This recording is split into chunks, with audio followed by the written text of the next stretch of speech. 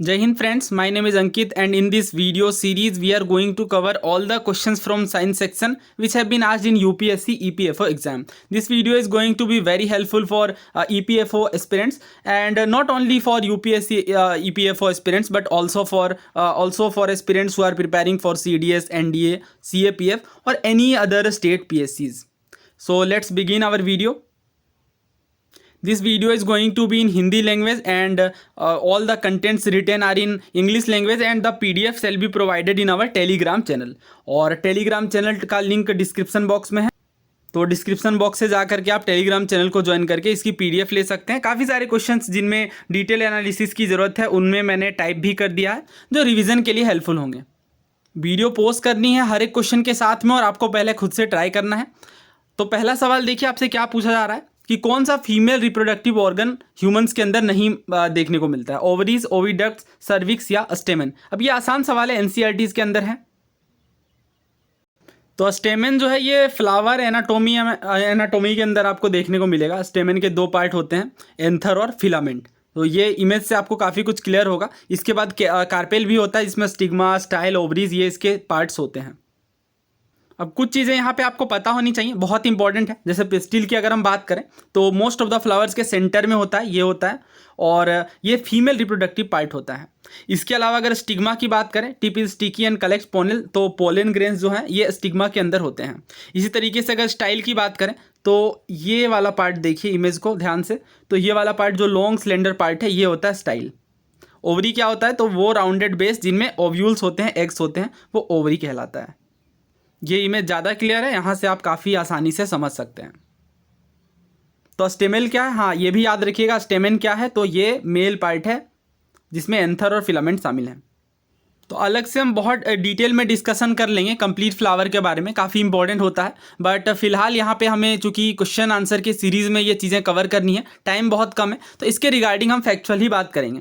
जैसे ये सवाल देखिए, अब एनडीए का ये क्वेश्चन है, आपसे पूछा जा रहा है कि जनरली जो फ्लावर हैं इनमें जनरेटिंग पोलन ग्रेन जो है ये बहुत सारे सेवरल पार्ट से पास करता है, इसके बाद ये फाइनली ओव्यूल में पहुँचता है।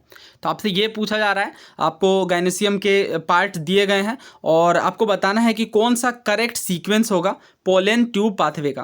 तो देखिए सबसे पहले स्टिग्मा में जाएगा, फिर स्टाइल, फिर ओवरी।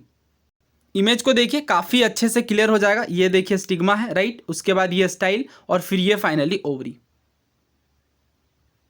अब एक इंपॉर्टेंट क्वेश्चन नोट करिए, सीड कहाँ पे डेवलप होते हैं। ऑप्शन में ओवरी भी दिया जाएगा लेकिन ओवरी नहीं होगा, ध्यान से देखिए। ओवरी ये पूरा पार्ट है, इसके अंदर होता है ओव्यूल और ओव्यूल में ही सीड्स प्रोड्यूस होते हैं। इंपॉर्टेंट है, ध्यान रखिएगा। ये चीज़ें कंप्लीट क्लास 10th एनसीईआरटी के chapter 8 how do organisms reproduce से काफ़ी बेहतर वे में क्लियर होंगी। देखिए ये चैप्टर काफ़ी इंपॉर्टेंट है, फिजन वगैरह से ढेर सारे सवाल आते हैं। बाइनरी फिजन, अमीबा का, ये आपने ज़रूर सुना होगा और ये इमेज भी काफ़ी ज़्यादा पॉपुलर है। तो ये भी बहुत बार पूछी जाती है कि अमीबा में फिजन होता है या फ्यूज़न, इस तरीके की चीज़ें। फिर फ्रेगमेंटेशन है और रीजनरेशन है, बडिंग है, बडिंग जो कि हाइड्रा में देखने को मिलता है। और इसके बाद अगर हम इसके इंपॉर्टेंट पार्ट में पहुँचें तो ये देखिए फ्लावर का लॉन्गिट्यूडनल सेक्शन और इसमें sexual reproduction in flowering plant, और स्टेमन है जिसमें एंथर फिलामेंट होता है, और इसके बाद पिस्टिल है, स्टिग्मा, स्टाइल, ये इसके पार्ट्स हैं। फिलहाल हम आगे बढ़ते हैं। अगला सवाल देखिए, amphibian of the plant kingdom किसे कहा जाता है, स्पायरोगायरा को, रिसिया को, फ्यूनेरिया को या मैर्चेंटिया को। तो देखिए स्पायरोगायरा क्या होता है, स्पायरोगायरा एक ग्रीन कलर्ड एल्गी होता है जो कि स्टेगनेंट फ्रेश वाटर बॉडीज में देखने को मिलता है। रिकिया की बात करें तो ये लिवरवोर्ट्स के नाम से फेमस है, जो कि एक स्मॉल थैलोइड प्लांट्स होते हैं जिनमें रूट, स्टेम, लीव ये चीज़ें डिफ्रेंशिएटेड नहीं होती, जो कि ब्रायोफाइट्स कहलाते हैं। फ्यूनेरिया क्या है, मोस्ट प्लांट की एक जीनस है। और इसी तरीके से अगर हम मर्चेंटिया की बात करें तो ये भी एक तरीके का ब्रायोफाइट्स ही है। तो एक बात यहाँ पे इंपॉर्टेंट समझिए, जो ब्रायोफाइट्स हैं ये एम्फीबियन ऑफ प्लांट किंगडम कहलाते हैं। ऐसा क्यों, क्योंकि इनमें जो प्लांट्स हैं ये रहते तो सॉइल्स में हैं बट इन्हें वाटर की ज़रूरत पड़ती है फॉर फर्टिलाइजेशन। तो इस तरीके से आप कह सकते हैं वाटर और सॉइल दोनों की ज़रूरत पड़ रही है और ये प्लांट किंगडम से संबंध रखते हैं, इस वजह से इन्हें एम्फीबियन ऑफ प्लांट किंगडम कहा जाता है। बहुत इंपॉर्टेंट है ये, ध्यान रखिएगा। बट ऑप्शन अगर यहाँ पे देखें तो डायरेक्टली ब्रायोफाइट्स नहीं दिया गया है, इसलिए हम यहाँ पे स्पायरोगायरा के साथ जाएंगे। नेक्स्ट क्वेश्चन देखिए, ये भी आसान सवाल है बायोलॉजी का। यहाँ पे आपसे पूछा जा रहा है कि नॉर्मल ह्यूमन मेल में जो क्रोमोजोम है ये कौन सा मिसमैच्ड पेयर है। तो chromosome number 21, chromosome number 18, x chromosome या क्रोमोजोम नंबर 13। तो ऑब्वियसली इसका आंसर क्या है, ऑप्शन सी एक्स क्रोमोजोम। तो ये चीज़ें आप समझ सकते हैं, क्योंकि अगर हम बात करें फीमेल प्रोडक्टिव गीमेट्स की तो इनमें केवल एक्स क्रोमोजोम देखने को मिलते हैं, जबकि मेल प्रोड्यूस में एक्स और वाई दोनों ही देखने को मिलते हैं। तो ह्यूमंस के अंदर 46 क्रोमोजोम्स होते हैं, जिनमें या आप कह लें कि 23 पेयर ऑफ क्रोमोजोम्स होते हैं। तो इन 23 पेयर्स में से एक ही पेयर जो है ये रिस्पॉन्सिबल होता है for determining the sex of the child, और यही जो है ये सेक्स क्रोमोजोम कहलाता है। तो 22 पेयर ऑफ क्रोमोजोम तो सेम रहेंगे मेल और फीमेल के लिए, बट एक अलग होगा, और एक्स वाई मेल के लिए और एक्स एक्स फीमेल के लिए होता है। तो इसका मतलब क्या है, 1 से लेकर 22 पेयर तक तो सेम रहेगा, बट ये अलग रहेगा एक्स क्रोमोजोम मेल और फीमेल के अंदर। तो सही आंसर क्या है, ऑप्शन सी। अब ये सवाल बहुत ही यूनिक और डिफ़िकल्ट एक तरीके से आप कह सकते हैं, बट है तो ये एनसीईआरटीज़ के अंदर ही। देखिए क्या आपसे पूछा जा रहा है कि जो वर्ड वैक्सीन है ये एक लैटिन वर्ड से डिराइव हुआ है, और इसका क्या मतलब है, क्या ये एंटीबॉडी है, इम्यूनिटी है, काव है या गिनिया पिग है। सो क्लास 9th की एनसीईआरटी साइंस का chapter 13 why do we fall ill, यानी हम बीमार क्यों पड़ते हैं, ये चैप्टर अपने आप में बहुत इंपॉर्टेंट है। और बॉक्सेस देखिए एनसीईआरटी के बहुत ज़्यादा इंपॉर्टेंट होते हैं। तो इसी चैप्टर के बॉक्स में अगर आप देखें तो इम्यूनाइजेशन पर बात की गई है, और किस तरीके से ट्रेडिशनल इंडियन और चाइनीज़ मेडिसिनल सिस्टम जो है ये जानबूझ करके स्किन कस्ट को रब करते थे from small pox victim into the skin of healthy people. और इसके बाद इन्हें लगता था कि जो mild form of small pox है, अगर इसे इंड्यूस किया जाए तो ये डिजीज़ के लिए रेजिस्टेंस के जैसा काम करेगा। और एडवर्ड जेनर का नाम हम सबको पता है, और एडवर्ड जेनर ने ही अगर आप देखें यहाँ पे तो सबसे बड़ा इनका योगदान है वैक्सीन के क्षेत्र में। और यहाँ पे बताया गया है कि इस तरीके से जेनर ने प्रयास किया जानबूझ करके गिविंग कॉपॉक्स टू पीपल, उन लोगों को, बिकॉज इन्होंने ये देखा कि they were new resistant to smallpox, और इस तरीके से स्मॉल पॉक्स वायरस जो है ये काव पॉक्स वायरस से काफ़ी क्लोजली संबंधित है। और काव ही जो है ये वैक्सा, यानी काव को लेटिन भाषा में VACC, I don't know how to pronounce it, यानी वैक्सा ही कहा जाता होगा मे बी, और इस तरीके से काव पॉक्स को वैक्सीनिया कहा गया। तो डेफिनेटली हम समझ सकते हैं कि इस रूट्स के कारण जो वैक्सीनेशन वर्ड है ये आया। तो असल में वैक्सीनेशन में जो वर्ड है वैक्सा, ये लैटिन वर्ड है जिसका मतलब काव होता है। तो इससे क्या साबित होता है कि एनसीईआरटी बहुत ज़्यादा इंपॉर्टेंट है, और एनसीईआरटी के बॉक्सेस भी आपको ध्यान से कवर करने हैं। आगे बढ़ते हैं। देखिए क्या पूछा जा रहा है कि कौन सा स्टेटमेंट यहाँ पे ट्रू होगा जब हम बात करेंगे इमेज फॉर्मेशन की 2 आईज से संबंधित। तो पहला ये कहा जा रहा है कि हमारी जो दोनों आंखें हैं ये दोनों सेम इमेज को दिखाती हैं। दूसरा ये कहा जा रहा है कि एक आंख में हमें ऑब्जेक्ट का केवल हाफ पोर्शन ही दिखता है। तीसरा ऑप्शन ये है कि दोनों आई को अगर हम कंबाइन रूप में देखें तो 2 इमेजेस देखने को मिलती हैं। और चौथा ये है कि प्रत्येक आई जो है ये थोड़ा डिफरेंट इमेज देखती है। तो ये भी एनसीईआरटीज़ के अंदर है। ये चैप्टर मैंने आपको कंप्लीट पढ़ा दिया है, और भी कई सारे इंपॉर्टेंट टॉपिक्स मैंने आपको साइंस सेक्शन से पढ़ाए हैं, तो वो आप कवर कर सकते हैं। डिस्क्रिप्शन बॉक्स में मैं लिंक डाल रहा हूँ प्लेलिस्ट की, क्योंकि हर चैप्टर के साथ हमने ढेर सारे प्रीवियस ईयर क्वेश्चन को कवर किया है। जैसे मान लीजिए साउंड चैप्टर है, तो साउंड से जितने भी कॉन्सेप्ट होंगे उन सभी को पहले हमने डिस्कस किया, और बाद में उसके ऊपर जितने भी previous year question NDA CDS इन एग्जाम्स में पूछे गए हैं उन सबको कंपाइल करके कवर किया है। अब देखिए ये चैप्टर अपने आप में बहुत ज़्यादा इंपॉर्टेंट है, और ना केवल ये बल्कि जो ह्यूमन आई है ये भी बहुत ज़्यादा इंपॉर्टेंट है। इसका स्ट्रक्चर आप ध्यान रखें, कॉर्निया है, क्या यूजेस हैं इनके, रेटिना किस तरीके से, रेटिना का, कॉर्निया का, इन चीज़ों का क्या यूजेस है, ये भी बहुत बार पूछा जाता है। अब देखिए ये डू यू नो वाला सेक्शन बहुत इंपॉर्टेंट है। हालांकि ये येलो बॉक्सेस बहुत लोग इग्नोर करते हैं, बट यहाँ से भी ढेर सारे सवाल बनते हैं। तो साफ तौर पे यहाँ पे अगर हम पढ़ें तो कि किस तरीके से जब हम अंधेरे कमरे से अचानक बाहर लाइट की ओर जाते हैं तो हमें थोड़ा टाइम लगता है ऑब्जेक्ट्स को क्लियरली देखने में। और इसी के अंदर जो अगला सेक्शन है डू यू नो वाला, इसमें है कि हमें 2 आंखों की क्यों ज़रूरत है विज़न के लिए, एक की क्यों नहीं। तो ये रीज़न भी बताया गया है कि अगर हम एक आंख की बात करें तो 150 degree horizontal field of view देखने को मिलता है, जबकि दोनों आंखों से ये 180 डिग्री हम देख सकते हैं। और इसके बाद यही रीज़न बताया गया है कि because our eyes are separated by a few centimetre, यानी हमारी आंखों के बीच में कुछ सेंटीमीटर्स की दूरी है, इस कारण से प्रत्येक आंख स्लाइटली डिफरेंट इमेज को देखता है। हमारा ब्रेन इन चीज़ों को, इन इमेजेस को कंबाइन करता है, और इसके बाद हमें ये 1 दिखाई पड़ती हैं। तो इसका क्या मतलब है,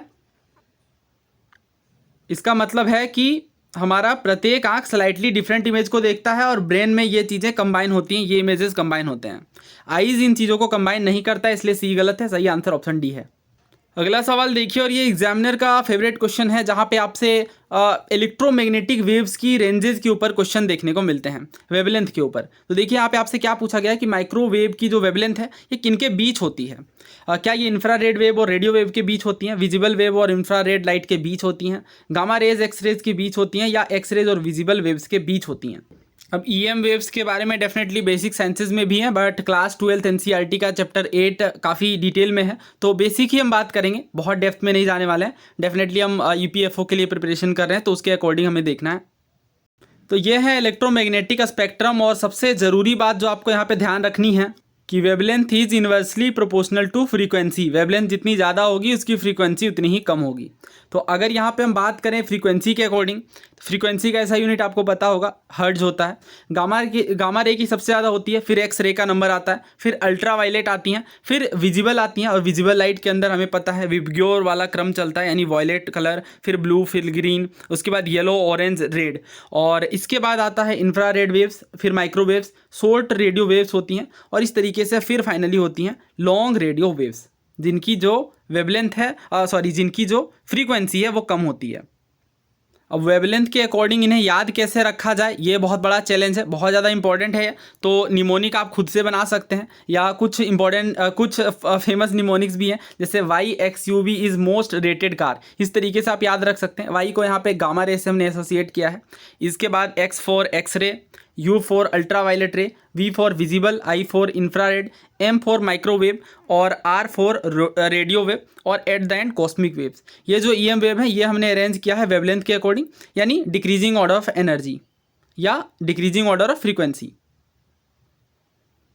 तो किनके बीच है माइक्रोवेव्स? इंफ्रारेड और शॉर्ट रेडियो वेव्स के बीच। तो सही आंसर क्या है? Option A. अब इस तरीके से EM वेव्स के ऊपर ढेर सारे सवाल पूछे गए हैं CDS में भी और बाकी सारे एग्जाम्स में भी, बट वो सब हम यहाँ पे नहीं कवर करेंगे, बिकॉज ये हमने कई बार अलग अलग तरीके से हमारे इनिशिएटिव में कवर किया है। तो भले ही आप EPFO के लिए प्रिपेयर कर रहे हैं, लेकिन मैं आपको सजेस्ट करूँगा कि लास्ट मैंने जो 2-3 सालों के CDS, CAPF, सिविल सर्विसेज, इनके प्रीवियस ईयर की जो एनालिसिस कराई है, बस उन्हें आप कवर कर लें, बिकॉज काफ़ी सारे कंसेप्ट रिपीट होते हैं और हमने हर सवाल की इन डेप्थ एनालिसिस की है। तो अगर किसी भी तरीके से उस टॉपिक से घुमा फिरा करके भी क्वेश्चन बनेगा, then you will be able to answer that type of question also. तो माइक्रोवेव किनके बीच है? याद रखिएगा, इंफ्रारेड और रेडियो वेव के बीच।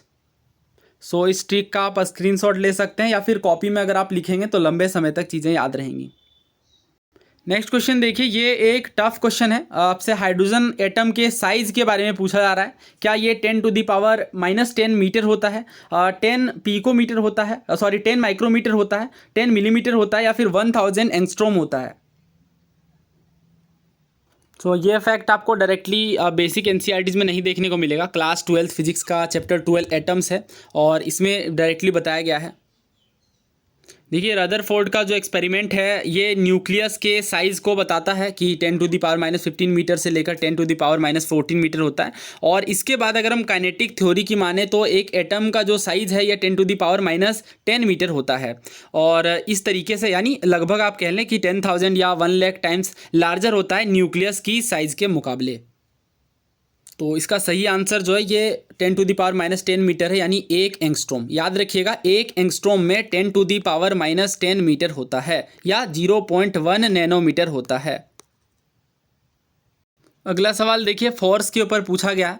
तो क्या जो पॉजिटिव फोर्स होता है ये केवल अट्रैक्टिव नेचर का ही होता है? क्या जो नेगेटिव फोर्स है ये केवल रिपल्सिव नेचर का होता है? क्या पॉजिटिव फोर्स अट्रैक्टिव और रिपल्सिव दोनों हो सकते हैं? और चौथा ये कहा जा रहा है कि जो नेगेटिव फोर्स होता है ये केवल अट्रैक्टिव नेचर को ही इम्प्लाई करता है। तो ऑब्वियसली इसका आंसर ऑप्शन सी होगा, यानी पॉजिटिव फोर्स अट्रैक्टिव और रिपल्सिव दोनों हो सकते हैं। क्यों? क्योंकि हमें पता है कि like charges repel each other and unlike charges ये अट्रैक्ट नहीं रेपल होता, राइट? प्लस माइनस या माइनस प्लस है तो ये अट्रैक्ट होता है। तो बहुत ही आसान है, बहुत ही बेसिक फिजिक्स है, हमने पढ़ा है ये बचपन से ही कि प्लस माइनस अगर रहे तो वो अट्रैक्टिव नेचर का होगा। और इस तरीके से हम कह सकते हैं भले ही पॉजिटिव हो या नेगेटिव हो, दोनों ही अट्रैक्टिव और रिपल्सिव हो सकते हैं। डिपेंड करता है कि वो सेम चार्जेस हैं या सेम चार्जेस नहीं हैं। अगर वो सेम चार्जेस नहीं हैं यानी प्लस माइनस या माइनस प्लस रहेंगे तो ये अट्रैक्टिव होंगे। तो सही आंसर क्या है? Option C. नेक्स्ट क्वेश्चन देखिए, ये थोड़ा टफ क्वेश्चन है बिकॉज ये 9th-10th की एनसीईआरटी में डायरेक्टली आपको नहीं देखने को मिलेगा। पूछा जा रहा है कि डाइलेक्ट्रिक मटेरियल अगर एक्सटर्नल इलेक्ट्रिक फील्ड में रखा जाता है तो कौन सी फिनोमिना हो सकती हैं। तो अब ये चारों ही मैंने एक्सप्लेन कर दिया और बिकॉज ये हो सकता है इन फ्यूचर किसी अन्य प्रॉपर्टी पर क्वेश्चन पूछ लिया जाए। फिलहाल इसका सही आंसर की अगर हम बात करें तो इसका आंसर है पोलराइजेशन। हालांकि ये 12th क्लास की फिजिक्स में काफ़ी डिटेल में है but I will not cover this part.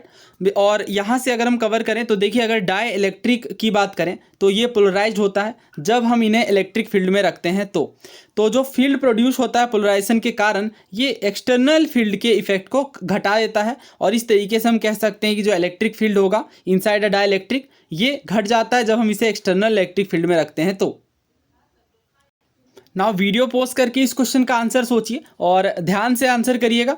क्या आपसे पूछा जा रहा है कि कौन सा जो सब्सटेंस है अगर हम इन्हें पानी में ऐड करते हैं तो वो अपनी पीएच वैल्यू को नहीं बदलेगा।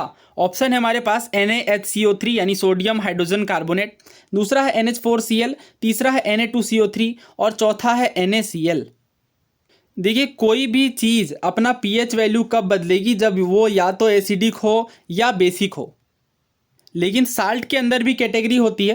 हालांकि इस चीज़ पे आप ना ही जाएं तो अच्छा रहेगा बिकॉज ये थोड़ा कंफ्यूजिंग हो सकता है क्योंकि इस क्वेश्चन को आंसर करने के लिए हमें बस इतनी रिक्वायरमेंट है कि ये साल्ट है जो कि उदासीन है, न्यूट्रल है, तो ऑब्वियसली इसके पीएच वैल्यू चेंज नहीं होगी और सही आंसर हमारा NaCl है। बट इसे भी थोड़ा समझ लीजिए, हो सकता है इन फ्यूचर क्वेश्चन बने। तो देखिए, जिनमें अगर कॉन्जुगेट है वीक या फिर वीक एसिड या फिर वीक बेस के तो वो तो पीएच वैल्यू को बदलेंगे प्योर वाटर में जब आप मिक्स करोगे तो, लेकिन जो स्ट्रॉन्ग है वो नहीं बदलेंगे। जैसे जो NaHCO3 है यानी जो सोडियम बाइकार्बोनेट है, ये खाने का सोडा होता है। अगर हम इसे चूंकि ये कार्बोनिक एसिड का कंजुगेट है इसलिए अगर हम इसे पानी में डालेंगे तो ये पीएच वैल्यू को बढ़ा देगा। सो इसका सही आंसर क्या है? Option D. नेक्स्ट क्वेश्चन देखिए, यहाँ पे आपसे ये पूछा जा रहा है कि इनमें से किस चीज़ को आप पानी में मिलाओगे तो ये बीम ऑफ लाइट को स्कैटर नहीं करेगा। और ऑप्शन है हमारे पास copper sulphate, chalk powder, milk या चौथा ऑप्शन है इंक। देखिए, क्लास 9th एनसीईआरटी का साइंस है, chapter 2 is matter around us pure.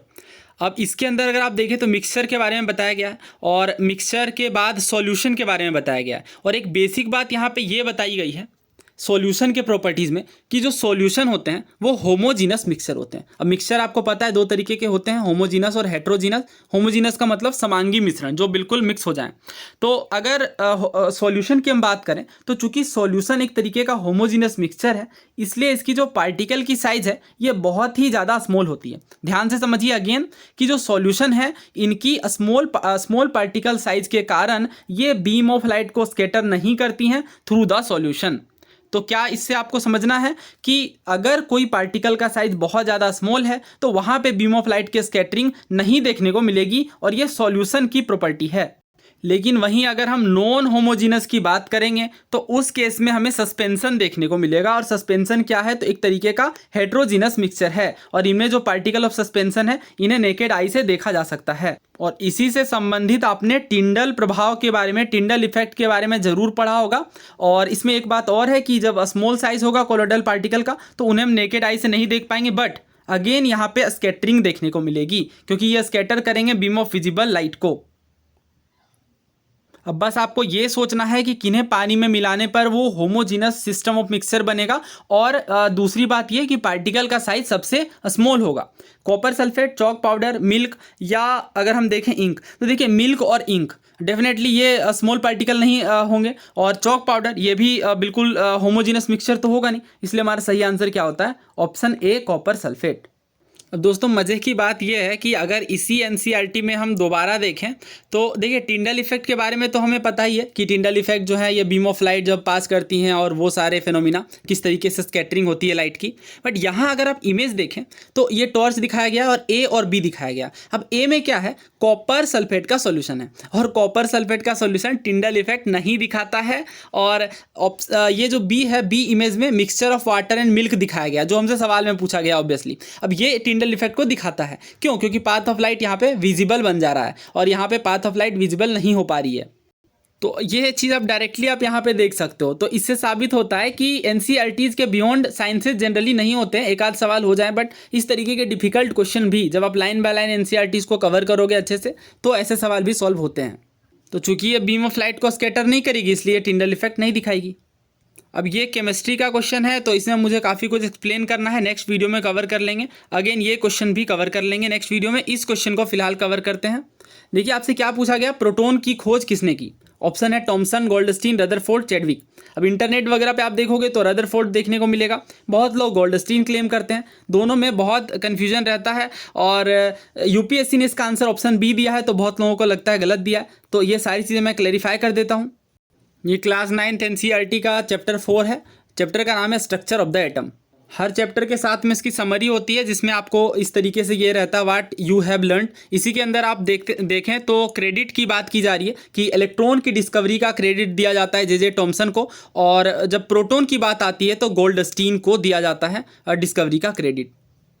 तो यूपीएससी डेफिनेटली एनसीईआरटी के साथ जाने वाली है, इसलिए आपको कोई कन्फ्यूजन नहीं रखना है। जब भी बात आएगी प्रोटॉन की तो आपको गोल्डस्टीन ही मार्क करना है। ना बात कर लेते हैं ये कन्फ्यूज़न क्यों है। तो देखिए गोल्डस्टीन की अगर हम बात करें तो 1886 में ही गोल्डस्टीन ने न्यू रेडिएशन के प्रेजेंस की बात की थी एक गैस डिस्चार्ज में, और उन्हें केनाल रे का नाम दिया था। और बाद में इन्होंने यह भी बताया कि ये जो केनाल रेज हैं ये पॉजिटिवली चार्ज हैं। और इस तरीके से ये डेफिनेटली इन्होंने जब पॉजिटिवली चार्ज बता दिया तो इसके बाद ये अल्टीमेटली एनदर सब एटॉमिक पार्टिकल, जिसे हम आज की डेट में प्रोटॉन कहते हैं, उसकी डिस्कवरी का ये मेजर सोर्स बना। तो इस वजह से गोल्डस्टीन को क्रेडिट दिया जाता है प्रोटॉन की डिस्कवरी का, बिकॉज एट द एंड इन्होंने ही स्टार्टिंग में बताया था कि इस तरीके से पॉजिटिवली चार्ज रेडिएशन है।